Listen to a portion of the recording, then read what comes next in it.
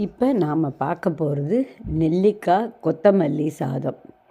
இதுக்கு 4 நெல்லிக்காய், கொஞ்சம் கொத்தமல்லி, 2 பச்சை மிளகா, ஒரு துண்டு இஞ்சி, இதை மிக்சியில் சேர்த்து கொஞ்சம் கொரப்பாக அரைச்சிக்கணும்.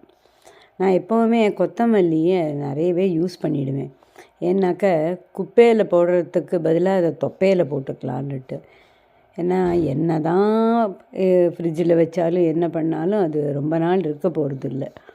அதனால் சாப்பாட்டில் நிறைய சேர்த்துருவேன்.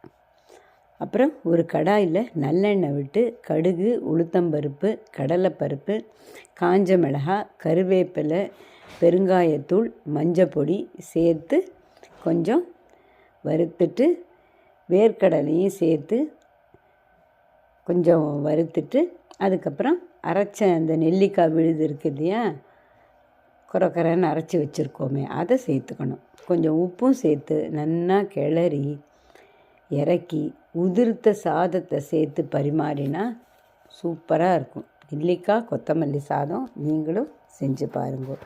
இதுக்கு காம்பினேஷன் நான் குடமிளகா தயிர் பச்சடி பண்ணினேன், அதை தனியாக போடுறேன். அடுத்த பதிவில் சந்திப்போம்.